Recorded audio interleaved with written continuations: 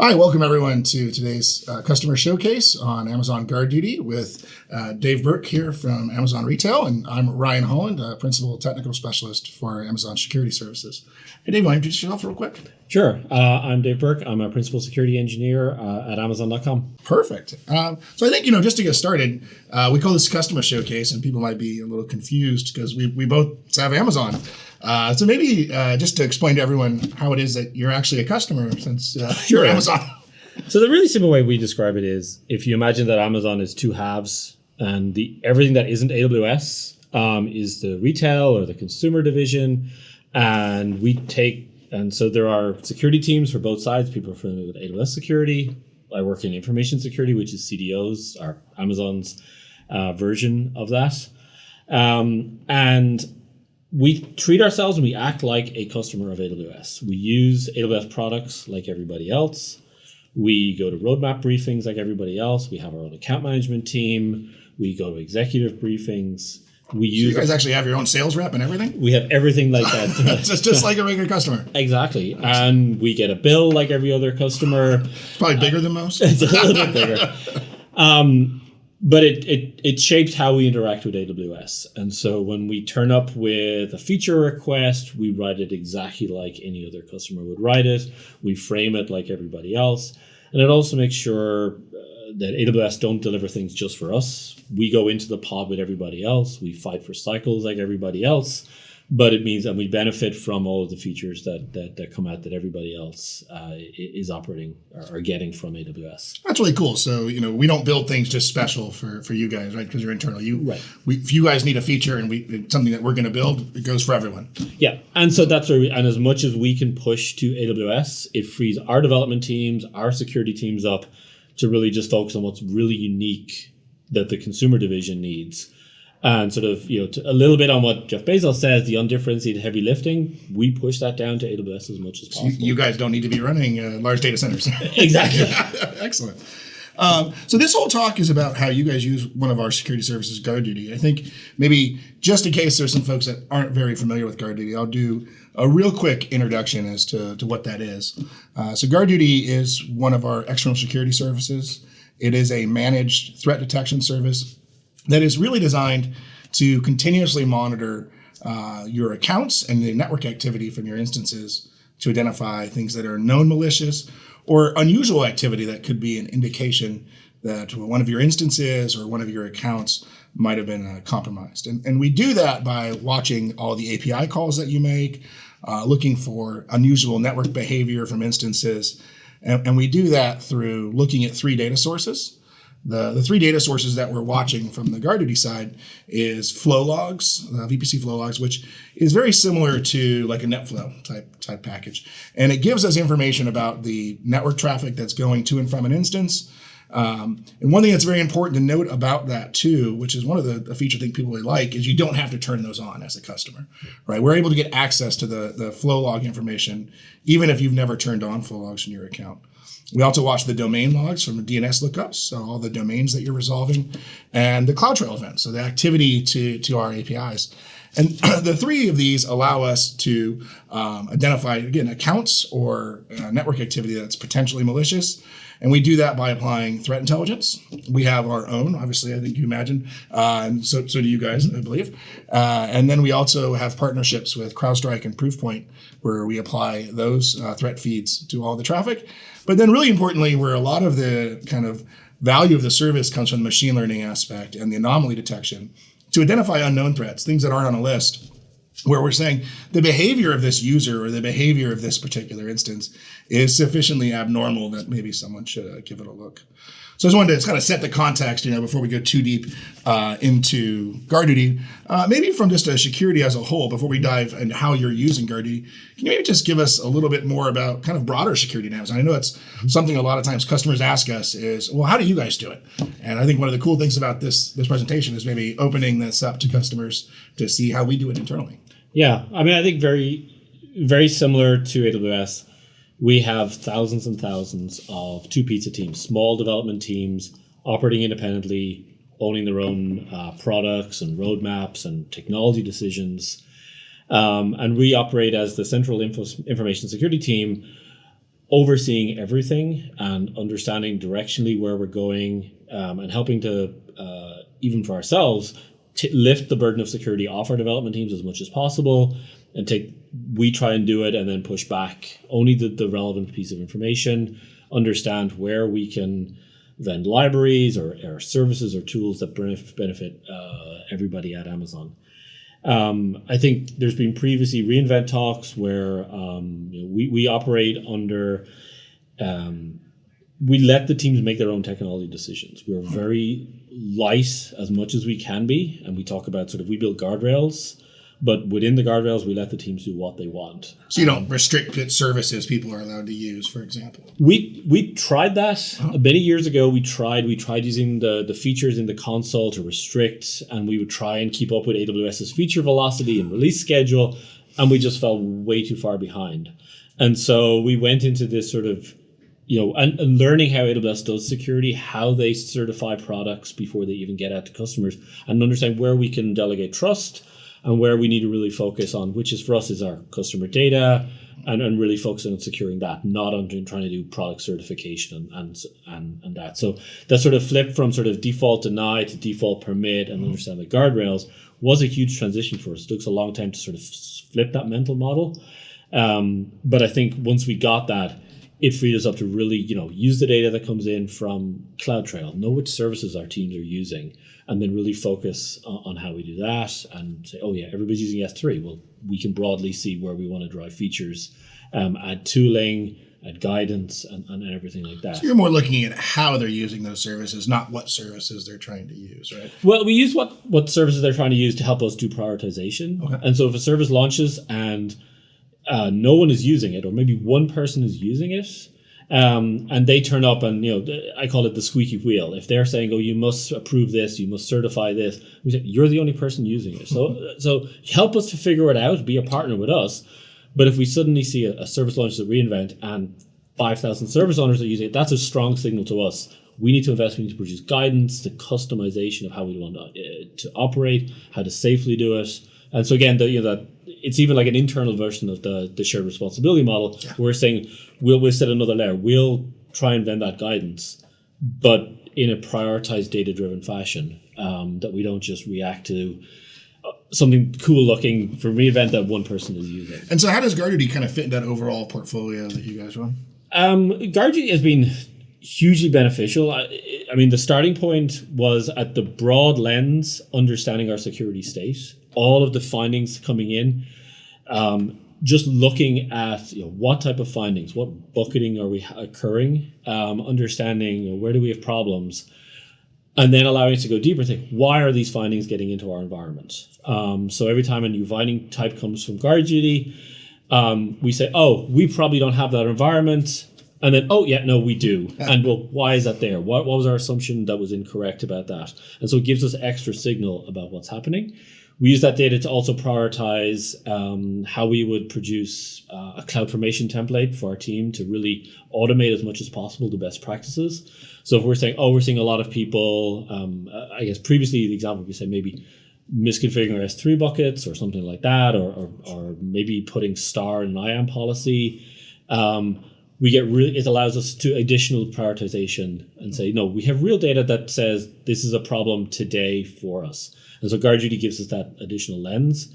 It allows us to understand where we've got potentially compromised or breached accounts or VPCs or instances, and really make sure that our incident response team are really going after the really high priority events, that we're not waiting for someone to complain, I'm being DDoSed. Yeah. We're being a little bit more proactive and we're getting out there and getting deeper in and saying, it's not the account, it's this VPC, it's this instance. And then, as you talked about the machine learning, very quickly we realized that's something we just can't do ourselves. Sure.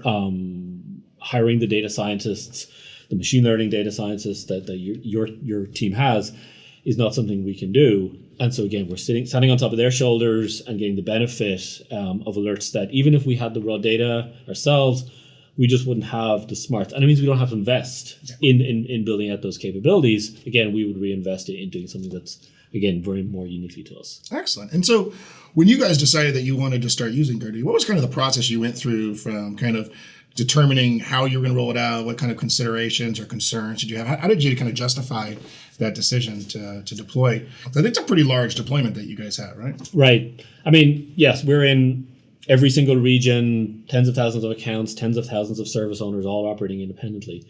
Again, I suppose, even though our customer was lucky enough, we got to be on the beta program and very quickly realized this was just a service we really wanted. On top of all the other security services we consume from AWS and use, this really helped us to understand our overall state environment. And so it was something we didn't have. And so it was really a sell of saying, like, this is going to help us. This is going to really help us drive. I think one of the underappreciated parts of GuardDuty was the free trial. I think that's quite unique in terms of AWS products.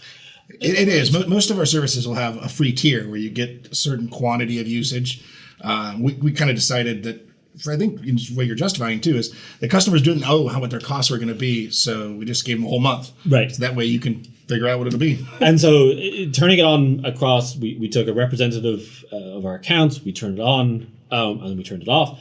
That gave us the data to work with our finance team and say, this is our forecasting model.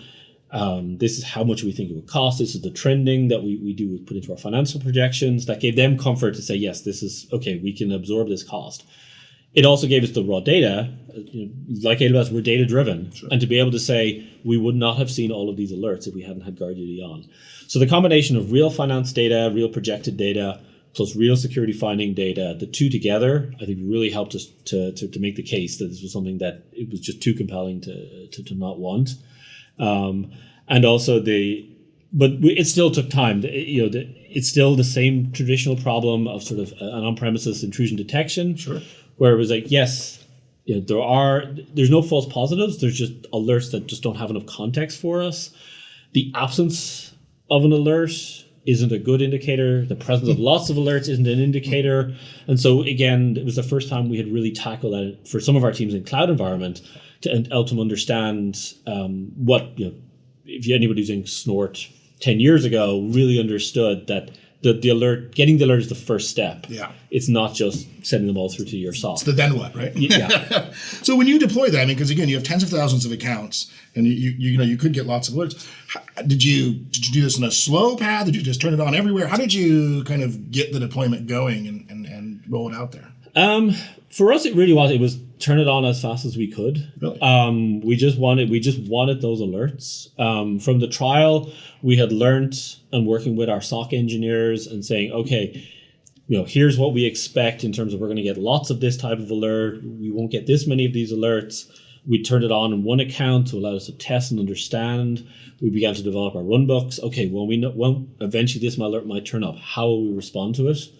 And so putting a lot of the process in place, understanding, this is sort of, I call it sort of there's the black, the white, and the gray. And the black ones are like, this is signal. We want to page somebody, get them out of bed, get them actioning.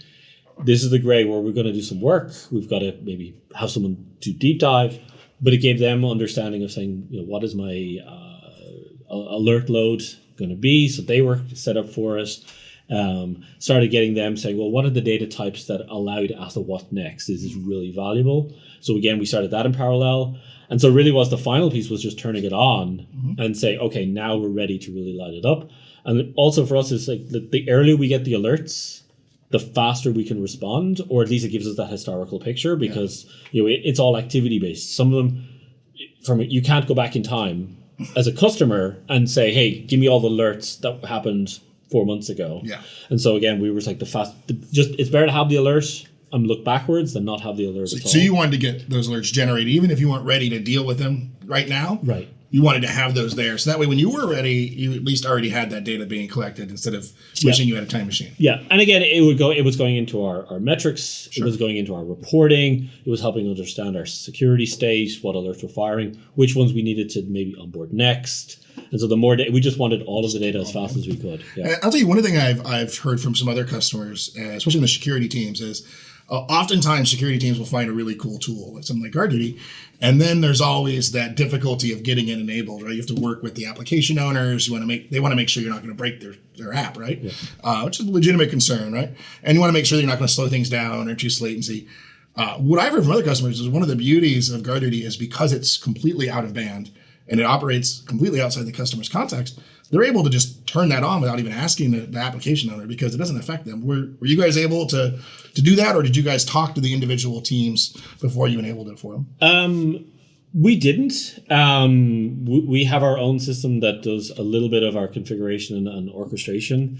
And yeah, even to this day, a lot of service, they don't even know it's on. They don't even know. And we did a survey recently and they said, I didn't know it was on. But I assume you guys just take care of that for me. And so, yeah, bar sort of where we're just, if you weren't in the GuardDuty console or where we're hooking in to just vend us the alerts, you really have to go hunting to see where it's turned on. And so they don't notice. And a lot, we push a lot of our teams not to be in the console, to use infrastructure as code. Sure. And so if they're not in there, they're not looking. Unless they get an alert from you, I guess. Yeah. But yeah, there was a concern, like we wanted to make sure that just pushing out the configuration wouldn't impact anybody in terms of where they had the CloudWatch events configuration. Mm-hmm. But that was more of, it was just making sure it wouldn't impact on the event handling. Mm-hmm. More than, as you said, yeah, it's quite passive and, it's being done to the side of an account. It's not visible. Sure. So yeah, it was. So when these findings come in, you mentioned that we send them out through CloudWatch events, which allows central security teams to kind of collect all those. Is that something? How do you guys handle, against tens of thousands of accounts? How do you handle collecting all those alerts? Does that use the CloudWatch event bus? Yeah. So the way we've built it is that in every single account we turn on GuardDuty across every single region, and then we will push from GuardDuty goes into CloudWatch events. From CloudWatch events, we go into an SNS topic, and then we deploy a per account SNS topic that will then push it to a central SQS queue. And so from the SQS queue, so if you look at last year's timing, right around when GuardDuty was coming on stream, Lambda was able to process directly from the SQS queue. So we have a Lambda function that the security team owns in our account. And that really helps us to broker out all the findings. Sure. So we have a central account that allows us to push, we have different consumers. We have our analytics team. We want to do archiving of all the findings to S3 for long-term analytics. We have some of our other teams who want to just experiment with the data. And then we fork a copy to our SOC, our Security Operations Center. And internally, they have their own Lambda. They push a copy to their automated systems, and they push it into Splunk, help doing quick analytics, quicker understanding of all the data. And so really, it's pushing as much of the configuration out to every account, and then watching just to make sure that it is kept on. Sure. There's no one turning it off, that we have the data flowing through. So just kind of, all you then have to make sure is no one goes and disables it or breaks the SNS topic, I suppose, right? Right. Sure. Yep. And from there, yeah, it's basically just the Lambda function is, 30 lines of Bodo 3. We're just hooking in. And we've changed it over time to S3 to SQS, but it's adding a few lines here and there, and I don't think we've touched it in 6 months. So it's really, we're just routing those messages, and then anybody who wants to consume them or has a business case or a need to see all the raw alerts, it's really easy for us to just fork them out. So, based on those findings that you're getting, is there any kind of enrichment, or do you add anything to those? Is there something else that you guys do once you collect them, or do you just shove them straight in as is? So, we do both. One of the things that I hugely advocate to when I work with our teams is when you get the GuardDuty alert in the Amazon finding format, it's picking up all of the tags. And I really advocate for our team, the more they push data into the tags, the easier it is. People underestimate the value of tags, especially from context. Yeah. Right? Because you get an alert, and it's telling you that a machine is doing something abnormal, perhaps. But if you don't have any information, you don't know what that is, it's not your account, right? It's a security team. So it helps not just the customer to know what those are, but it also helps you guys, I would assume. Oh, yeah. I mean, two examples that immediately spring to mind. We had one, we were recently looking at the outbound DDoS alerts. The service owner had tagged it as an iPerf instance doing internet performance testing. And we were like, yeah, okay, cool. Like we know that's a legit use case. You're doing performance test. That makes sense. It looks like DDoS. We've had other ones where they tag the instances with a link to their internal deployment system. And immediately we just clicked on that. We went over and went, oh, that's the application you're deploying there. Sure. That makes sense. That's why we're seeing that alert. And so if the service owner and our development teams push the tags in, they've almost done the enrichment for us. It makes it really easy for our SOC engineers to understand that. That's a message I just can't give customers enough. And, you know, we all often get asked about like automatic remediation or you know, routing of things. And it's not hard to do. The code to do remediation isn't very difficult. I said most of this 3 lines of code. Knowing which action to take is the hard part. And if you don't have a good tagging strategy that's consistent, right? It has to be consistent. So I think it's an important, not just to security, but from an operations standpoint, right? Because you have to shift that burden towards the operational teams to make sure that they're giving you guys the right tags so that way you can operate on them. Yeah, I mean, especially for our work with our SOC engineers, and I mean, they're trying to context flip between all these accounts, all these findings, and the more data we just put it right in front of them from the get-go, but also that it's coming from the source of the service owner who has that context. I think that the second point when we do enrichment, and I said to the alerts that sort of sit in that gray area, for us it's around, you know, who owns the account, what's the business they're in, where is the call coming from, especially if we look at some of the IAM alert policies.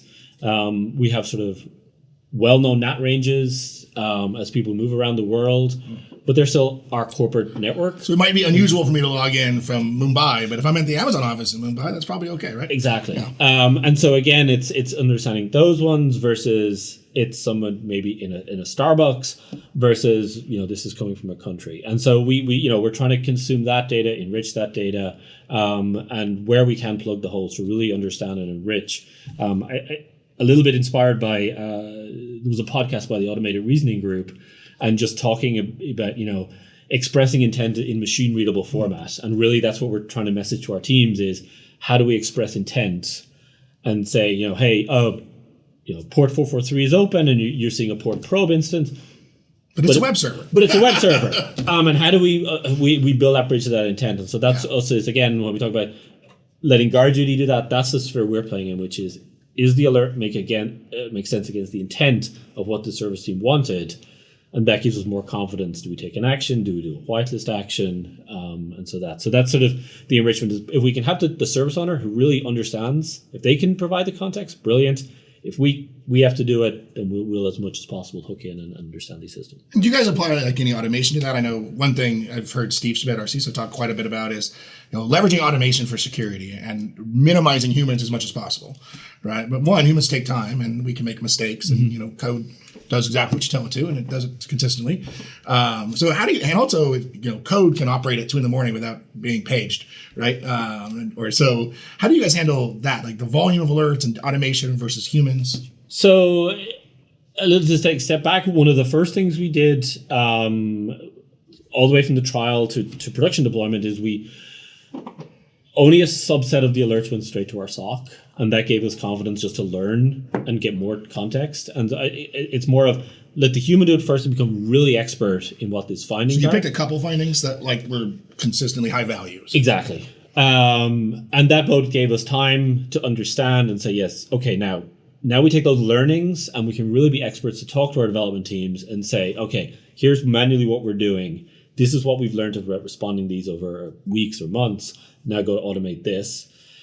These are the ones where this is what the human did to enrich this. Let's figure out how we automate this and get to the right answer. I think that's a really good point, though, because I think a lot of times you want to get to that panacea of automate everything. And a lot of times it's difficult to know what the right automated tasks are unless you first had a manual task, right?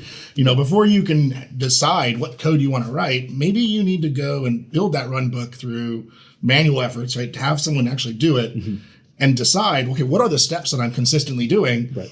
And then automate those things. Is that kind of the approach? Yeah, exactly. And so it gave us again a stronger confidence that we were automating the right things. That when we're doing automation, like I said, we're a central security team that we may never have ever talked or interacted with the development team, who are now we potentially are one step away from auto remediation, and so we have really high confidence.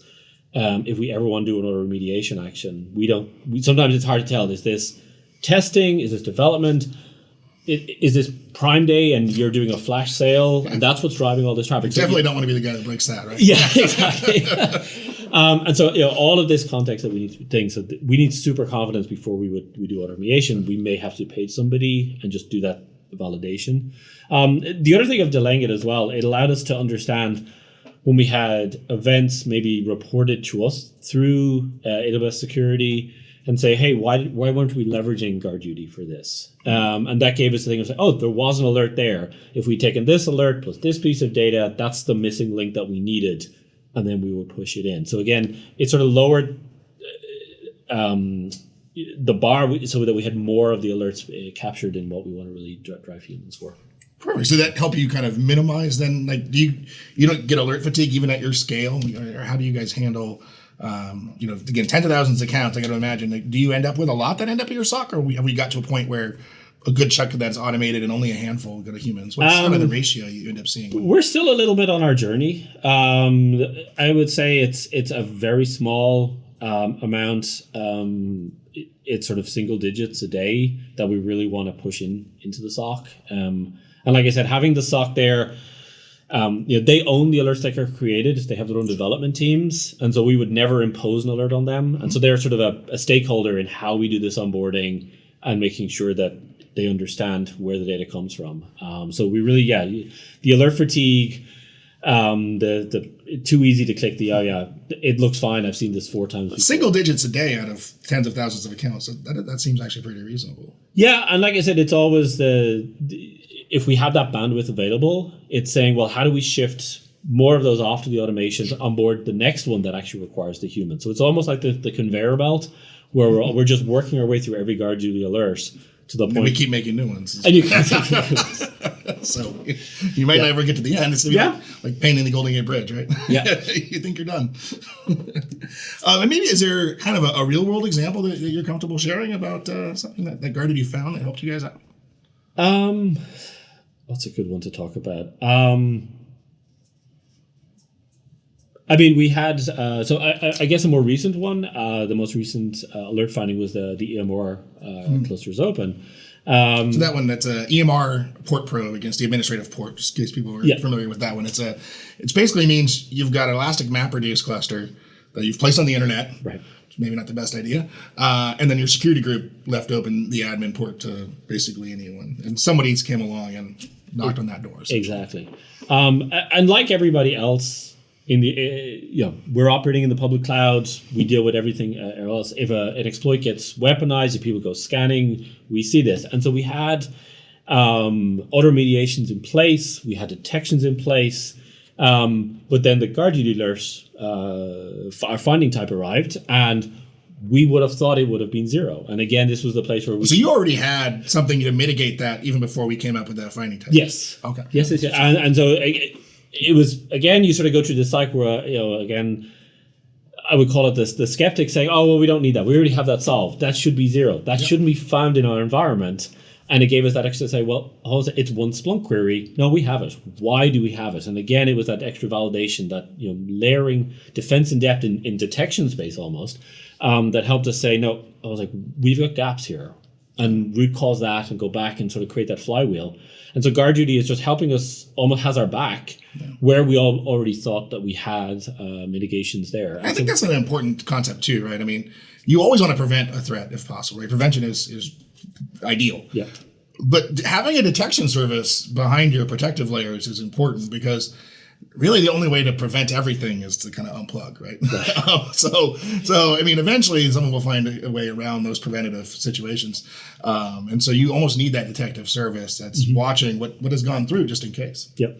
So it was super valuable. It was just, we found only 1 or 2, but we're finding gaps in our remediation code and just helping us to really be sure. So kind of, I guess, from a operational efficiency, would you say what are the kind of the key benefits that you guys have gotten out of using GuardDuty just from the perspective of a security team yourself? I think for me it goes back to we're just offloading that core detection work. We're offloading the machine learning parts of it. We're really focusing on what's unique to our business and how we operate. And I think, we've looked at it a few times and you say, oh, could I pull in CloudTrail myself? Can I pull in VPC Flow Logs myself? Can I do it cheaper myself? And so by the time you sort of run the numbers, you say, well, by the time I staff up an equivalent team, they'd be better off. Why are we needlessly duplicating what we can get from GuardDuty?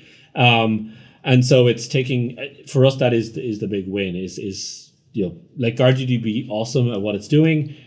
You guys have external customers that are giving you feedback about features that we're not even thinking about yet. Sure. And we get to consume those finding types as well. So we're getting the best of both worlds. The sanity checking, I think is just, and for us, it's that macro view of our security state that we're not being complacent. We're understanding trending and the activity that's in our accounts. So I think it's been really beneficial in sort of framing the security discussion with our executives of saying, we have these things, these finding types from GuardDuty. Here's a real data point. It's not a theoretical. And we've got to go take this effort and why we're prioritizing this effort. So you're not just kind of using security as kind of waving the flag, trying to get some attention. You actually show up with data and say, look, these things are happening. Exactly. Okay. Yep. Excellent. So I guess, as a customer, what are some of the enhancements or things that you think we could add to the service that would make your life easier? We always drive our roadmap by our customers, and you tend to be a pretty big one. We've had, I've been sort of on the beta program and sort of huge advocate for me, or for the service. So I'm very happy with the service, but there's always something that we want more of. And I think we look through the lens, like I said, we're very conscious of cost, and so the majority of our accounts are really cheap. I think that and GuardDuty, I think, and you guys are saying you almost don't notice it in your bill, and it's there all the time. And the absolute majority of our accounts, that's the case. And we have accounts that are what we call our whale accounts. They are just doing so much activity on API or VPC Flow Logs. And activity ends up equating essentially to what we're going to charge you because it's based on the logs, right? Yeah. And so we're really, we spend a lot of time trying to understand is like, well, what would happen if we had these knobs and dials? If we could turn off CloudTrail, if we could turn off VPC Flow Logs, would that impact our business? Would that lower our security value we're getting from GuardDuty? Could we make that risk-based decision specifically for that account? And we tried really hard not to ever want to ask for that, but it's something that's always in the back of our mind. We're really thinking about that. Sure. We try really hard to not need people to ask that. One of our earlier beta customers had told us that one of the best parts about this service is its simplicity, and that as a service team, we're going to have to really fight the push to make it less simple. Right.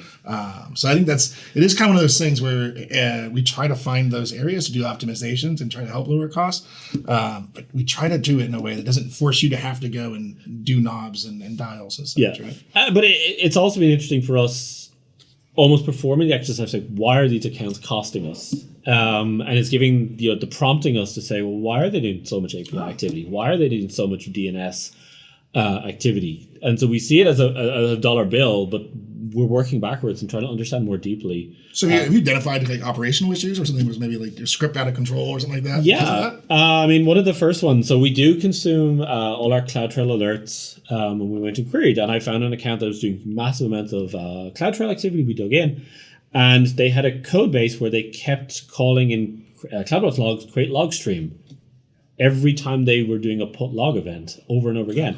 And so it just stood out but in the overall context of all the CloudTrail activity that we generate, it was lost in the noise. But once we dug in and we said, why do you keep creating a log stream? Like, it's there. Yeah. You did it once. You don't. And it was that small thing. And it was probably just saved us a few cents, but it really helped us understand that we have the raw data, but GuardDuty was telling us, well, we're charging you for this activity. Well, why is that activity there? And I call it sort of, it's the the core security value of GuardDuty, but there's sort of an outer ring of other security value and operational efficiencies and cost efficiencies and understanding that somebody who may have written a script 3 years ago, you could do a code review and you may not even know, there's a create log group inside a loop. You may not even notice that.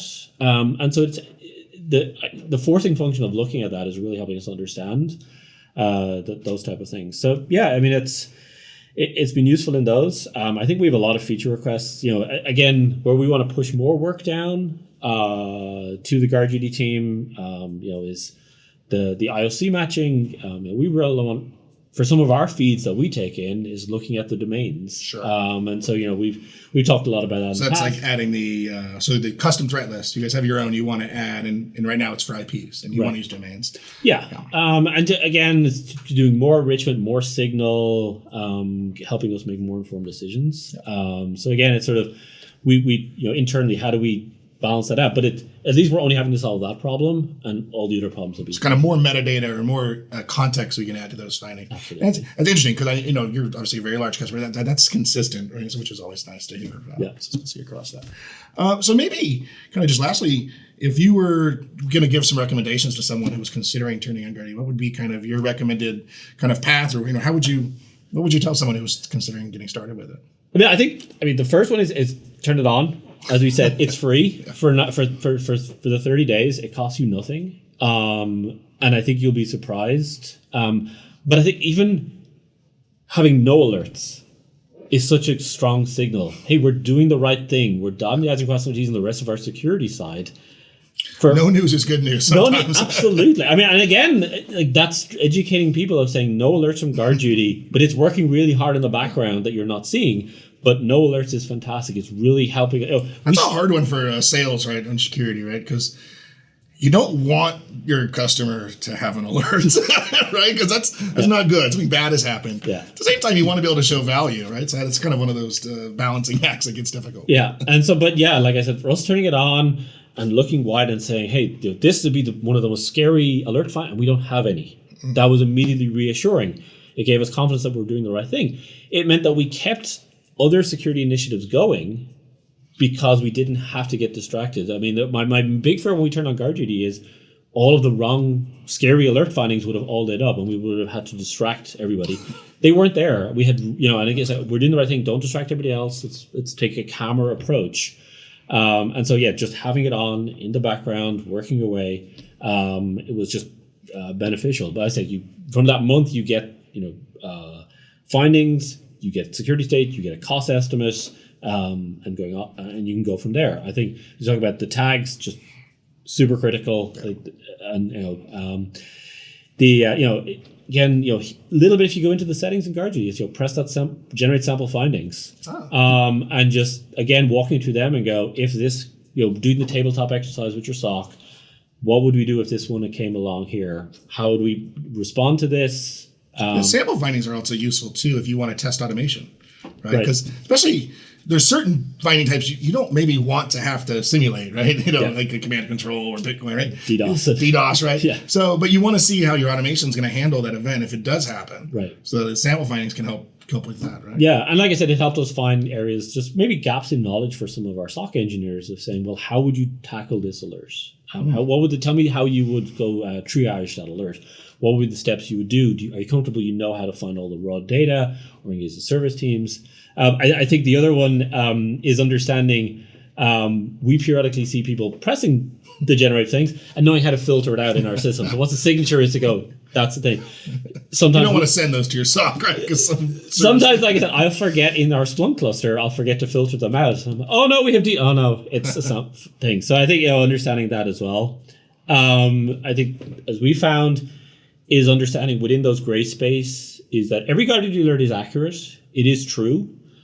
But how do you provide more context? And what are those systems that you would use? And unusual doesn't always mean malicious, right? And it can be unusual, but totally fine from a security perspective. And especially for us, like I said, we're scaling up and down. We've got Prime Day, we've got Black Friday. And so again, those alerts are going to fire. You have a brand new account instantiated. So again, understanding all those as well. I think the other thing, the final one I think is, the alerts are tiny. It's a few kilobytes of data. Don't throw them away. Yeah. It's really valuable to understand. It's an additional metric that you can say, hey, look, our number of findings is going down over time. We're doing the right thing. Or we're going to tackle this alert for the next month and we're going to drive it down to an acceptable level. But having that historical context and the raw data, it's a few kilobytes of data. It's so valuable to keep it and help understand. And especially, for new finding types, going back and looking left and right from the finding and saying, how could we have found this earlier? We've seen ones where it's like, maybe it's like it's a pattern of GuardDuty alerts will all fire. So like if an instance is compromised, a common pattern we see is it's the normal thing. We see Bitcoin mining lighting up and we see DDoS lighting up. Like the bad guys are just using this data. And we can clearly see over a large data set, those two are constantly adjacent to each other. The combination of both is a really strong signal for us. But again, just kind of understand what those patterns of findings look like for your environment is kind of a good learning. Yeah. But like I said, looking across, all of our GuardDuty time, we can go back in time and say, yes, this is a consistent pattern. This is not new. We don't need to do any filtering. And they're the ones that would push up. But I mean, I think, it's just turn it on, learn how to read the alerts, learn how, to what steps you would take from them, turn it on in test accounts.